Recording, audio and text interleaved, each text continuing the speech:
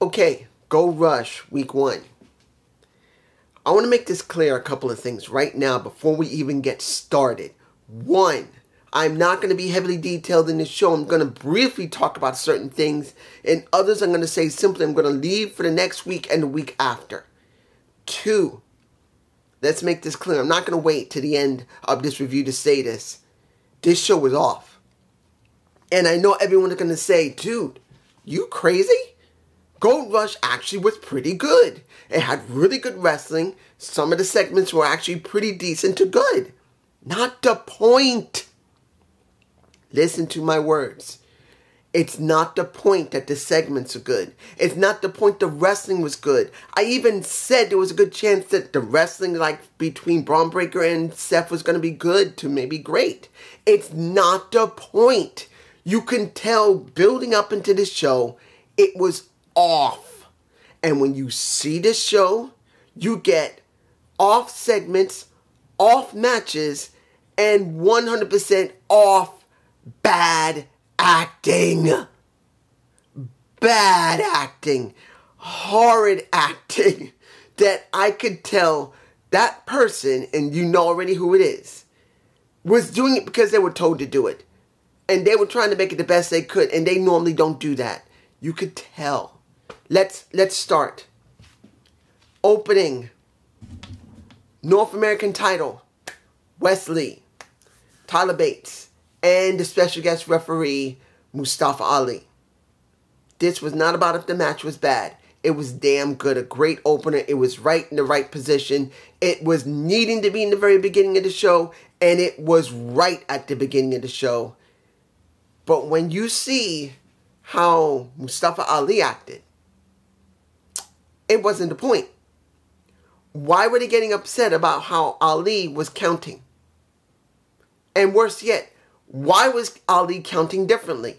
He counted fast first, then he counted slow second, then literally you could see him acting different. Yes, eventually he started counting normally. But then smacking a Tyler Bates in the face, smacking a Wesley in the face, trying to get them back into the ring, and basically costing a Tyler Bates his shot. Because he smacked him a couple of times, got in his way, and then he got the cardiac kick to the face.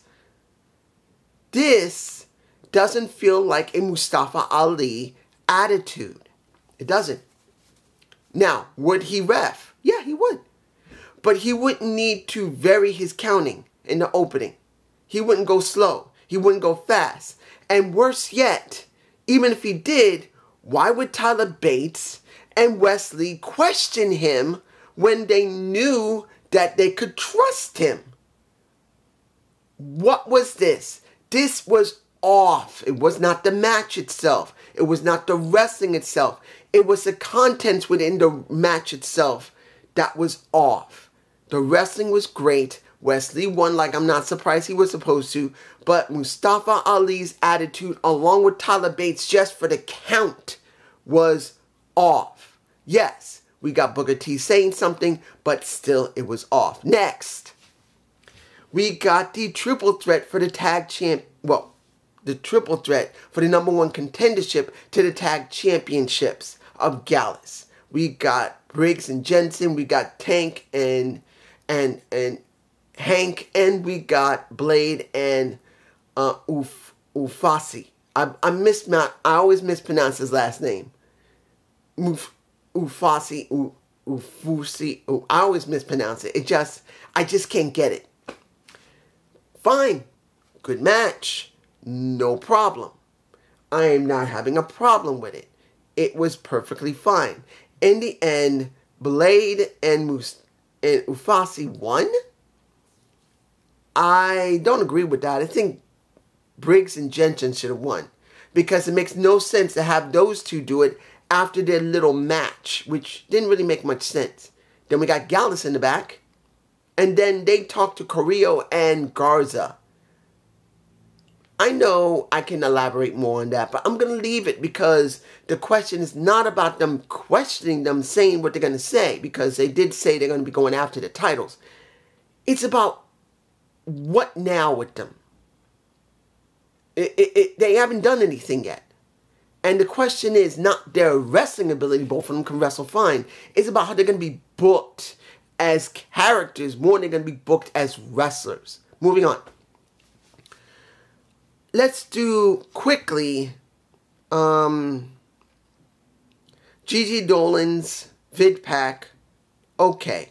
Kiana James working with her. Okay. But I'm not going any further than that because it doesn't matter. I'm leaving it for next week. Now, here's the first true sign other than that match, the opening of the show, when you know there was a Vince McMahon interference. And Vince McMahon influence. Vince was there. You got Eddie Kemp.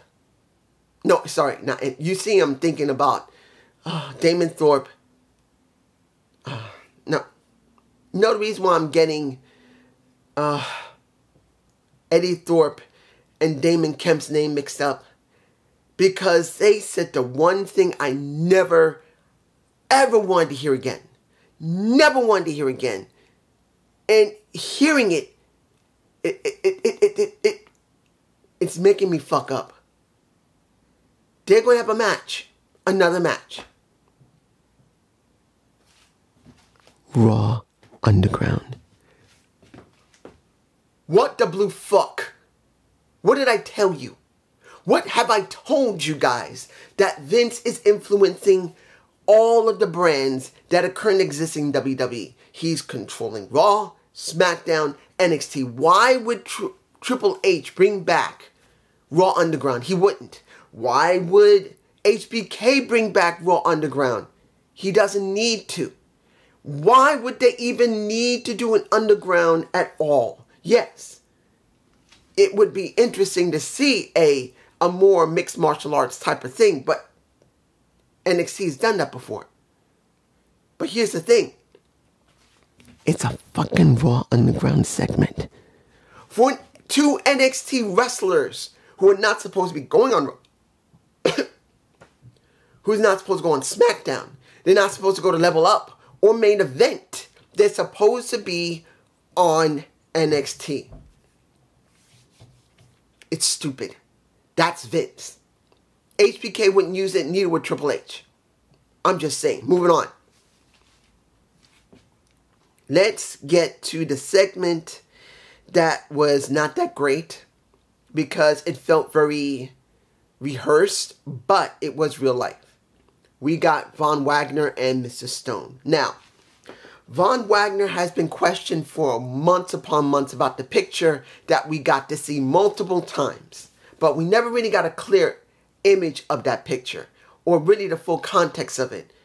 Von Wagner finally elaborated. I don't remember what the condition he was talking about, but I have heard about it before. I've never met anybody who's had that type of condition. But as someone who was born in the 1970s and someone who was born premature, that kind of hit to home for me personally. I know having your skull fused, because Von Wagner's skull was fused at birth. It was not going to expand. He would have died if they had not done surgery to make his skull capable of expanding. There was no other way to do it. It was fused. They had to cut his skull open and pull back the face, pull back his mask of his face to basically make it possible for his skull to expand. That's understandable. No problem. For me, it reminds me of the type of life I had. Because as a child, I was much more smaller size than most children due to the fact that I was premature. I was slow developing. I didn't develop quickly.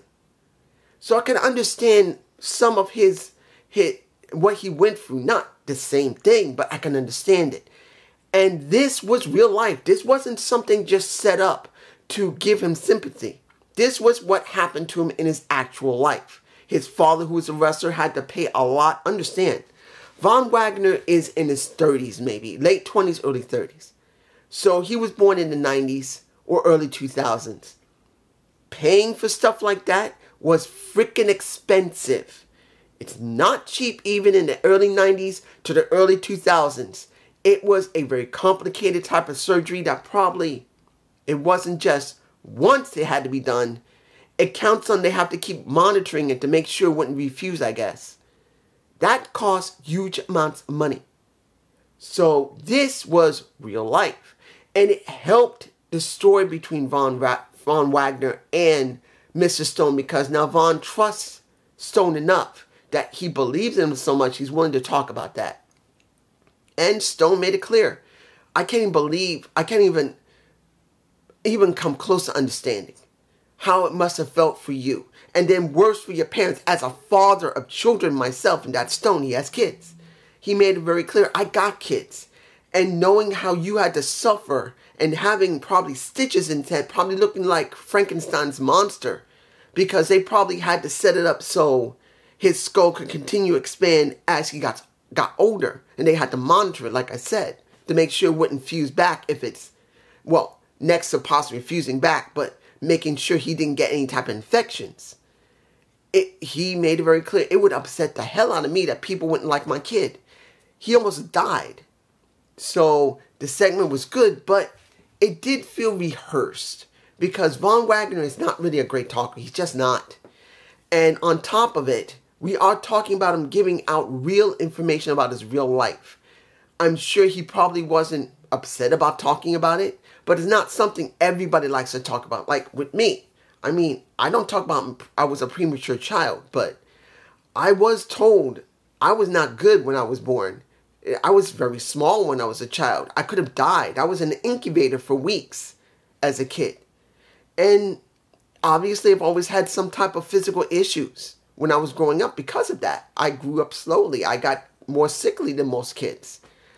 I don't talk about it. It doesn't upset me, but it can other people. So this was a good segment, but it felt rehearsed. Let's move on. I am now going to the last matches, and then I'm going to say how I feel. Cora Jade. No. Last Legend. I'm not doing those two. I'm not doing it yet. Last Legend and Jackson versus Leon and Valentina. I don't really remember Leon. I think she just came back after being gone for a while. I don't remember her. Valentina, I don't really see much of. They don't show her much. But she's going up against Jackson Last Legends. Let's make this clear. Do I care about Leon and Valentina? No. Last Legend and Jackson are the ones to care about, because they're part of the, what is the name of their faction again? The, what was it? The Magnifique, I think. That's what it's called. Is it Magnifique? I can't remember. I think it's something. But essentially, that faction's cared about due to Nolan Dar, even though he's not really very as charismatic as, let me give it to you like this. Mensa is more charismatic than Nolan Dar is. Not because of his accent, but because of his character and personality. He just doesn't feel as energetic and as enduring, or something that'll piss you off. He's annoying, but not enough. In the end, what did we get here? We got a weird segment, another one, where the match was going on.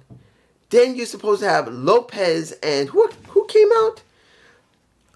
Vice and Lopez comes out. They show the camera on them, and then instead of them staying there, they come out for a few seconds, then they walk to the back for no apparent reason. Again, a very strange, off segment. In the end, Last Legends and Jackson won. And I gotta say, between Last Legend and Jackson, who is the better wrestler? It is Jackson, who looks more polished. And I'm not even saying they're both great. Who do I think is a better looking woman? Both of them are gorgeous looking women. But I'm looking at who is better as a character and who can perform in the ring. Now, of course, you can see that Last Legend's showing a little bit of titty, showing a little bit of ass, showing her beauty. You can see Jackson the same thing. And I'm sure eventually people are going to say, well, you can't tell me which one doesn't look hot. It's going to be Jackson. Jackson's showing a lot more tit, and she's more curvy than a Last Legend. But if you're going to go by how the character works, how the way they use the mic, how they work in the ring, Can they be a ring general? I'm not saying either one of them can, but at least who can work properly in the ring will be a Jackson. Now, Leon and Valentina, both of them, I haven't seen Valentina do much work in a long time, so I've forgotten. And Leon, this is like the first time I've seen her in a while. And I'm sure people would say, well, what about what happened during the match? They were both okay, but I can't really gauge them yet and tell you if both of them are good, because I can with Last Legend and Jackson because we've seen them. These two is the first time in a long time, or ever, so I can't.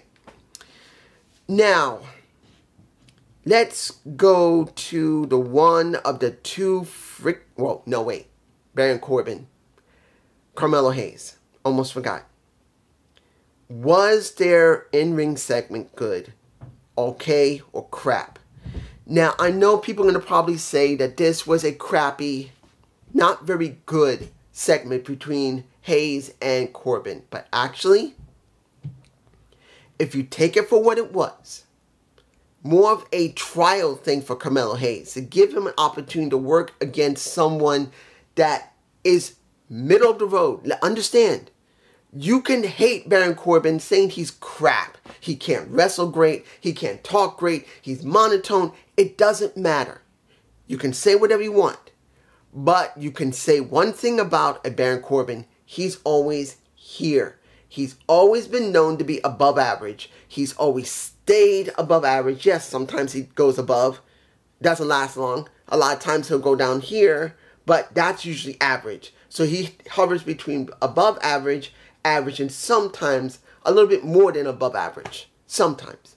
So you know he's consistent, generally speaking. If he doesn't go a little bit above average, near really good, or very below, where he's just flat out average, he's always consistent above average. This is what Carmelo Hayes needed. To start working with someone that is consistently either above average or average. And that's what this was all about for me personally. I know not everyone's going to like the segment with Baron Corbin, how he talked. They'll probably say it wasn't that good, and Carmelo did much better than him, and he's supposed to. This is where he's supposed to go from here to here. And if he doesn't come from here to here, he's going to have one hell of a time on the main roster. So I will say he did step up. It's not a big step. He's going from here to here, but it is a step. And I'm not having a problem with it. They set up for next week. Now, the match itself, when it came to Braun Breaker, and I know I can do the other one first, but I'm doing this one. Braun Breaker versus Seth Rollins. I told you there was going to be a good match, and it was a damn good match. They both know how to wrestle. They both did a good job. There's no problem with it. I liked the match. In the end, I was not surprised. Of course, Seth had to win. And I knew there was a possibility that Finn was going to attack him afterward, and Finn did. Now, Carmelo did come out with Trick to save him. And I will say, I didn't say this in when it came to when it came to Carmelo Hayes and Baron Corbin, there was no Trick Williams. He was in the back. Trick did not come out, which made it great. But he did come out here to help save Seth from Finn Balor. Fine. I'm not surprised this happened. But let's make this clear. This should never happen at all. Flat out. I will elaborate after the final match. But this match, whether you think it was great, okay, or good, should have never happened.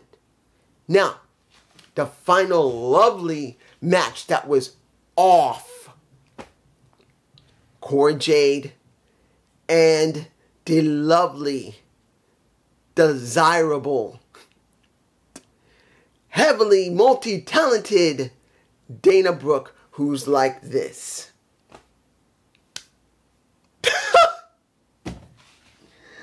Look, guys, I want to make this clear. I want to make this clear. I watched Dana Brooke for years, especially when she worked with Titus O'Neil, when she worked with she worked with Titus. She worked with Apollo Crews. She was driving around with them for at least a couple of years before Apollo went off his own.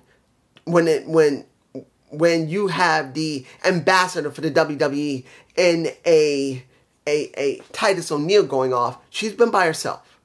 Now, have she been terrible? Yes. Has she improved to a certain extent? Yes, she did. But was that improvement great? No. I am not taking anything away from her. She busted her ass with, look,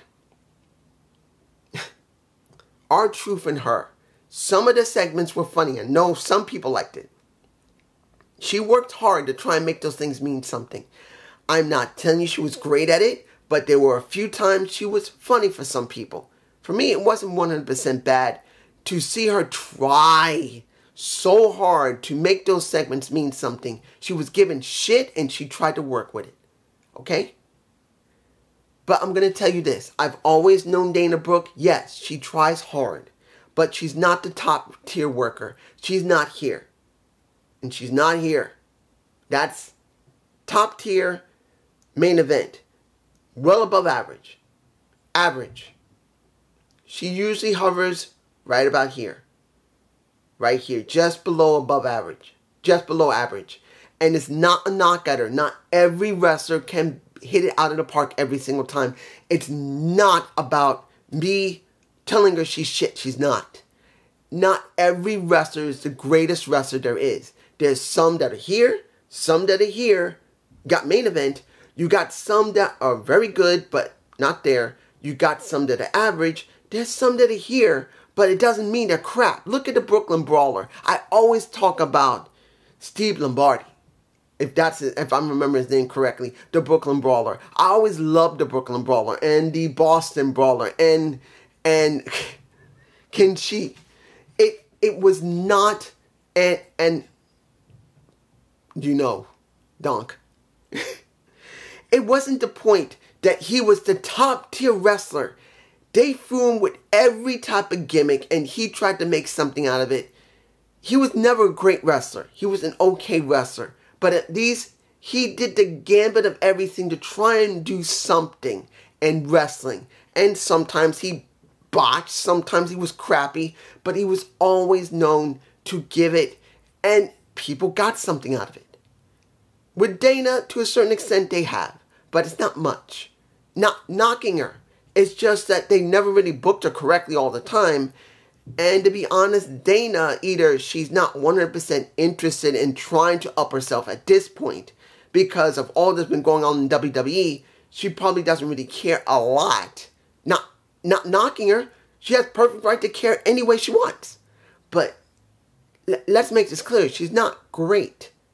And you put up against a Cora Jade who is superior to her when it comes to a character. And not saying that her ring work is great. Her ring work is average. Sometimes a little above average. It counts on who she works with. When she was working with Roxanne, she was a well above average. But you're putting her with Dana Brooke, who couldn't even do a normal drop kick during that match. She barely did any drop kicks correctly. She barely was able to do her normal cartwheels. It looked sloppy. The match looked sloppy. And then here it comes, the bad acting.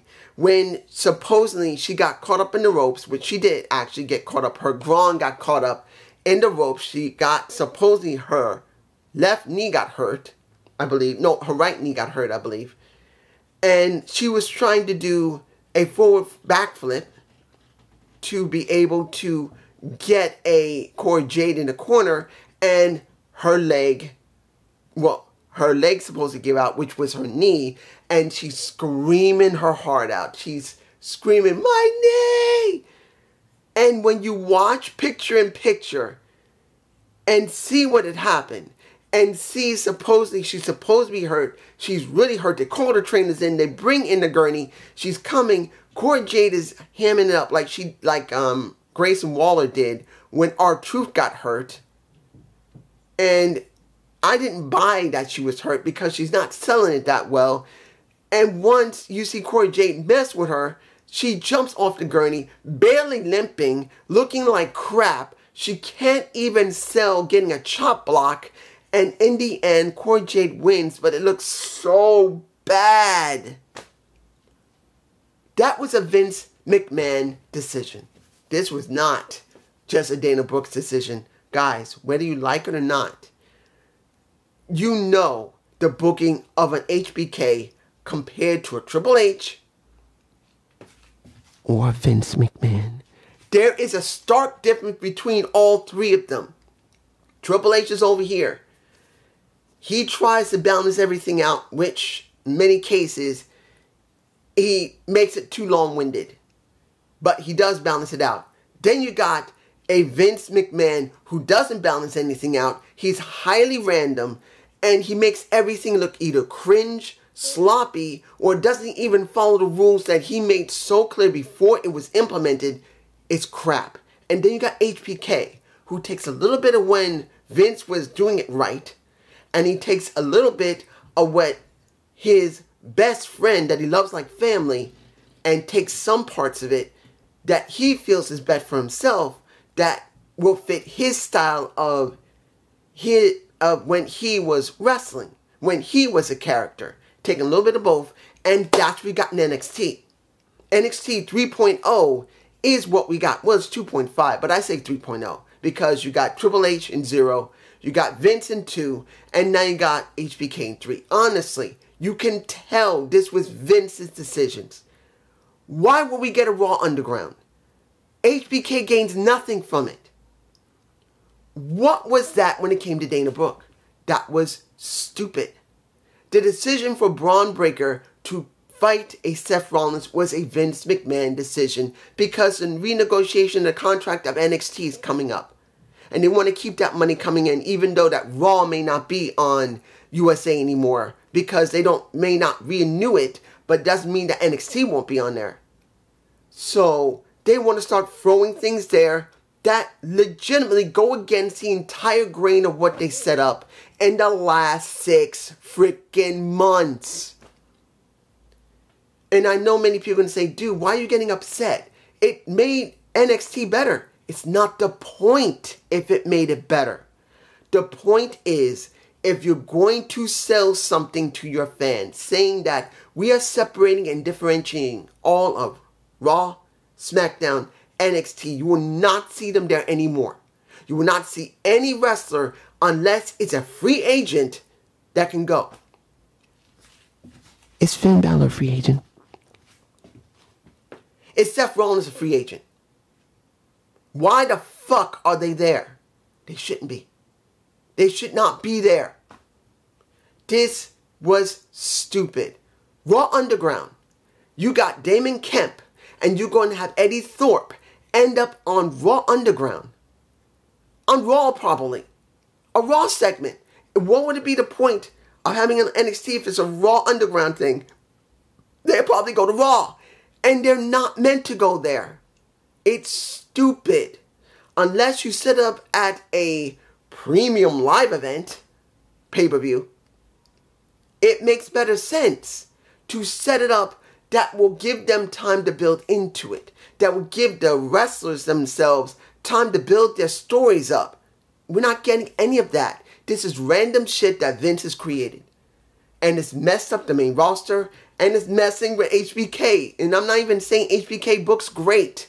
Guys, HBK books ordinary, straight-ass pro wrestling. That's it.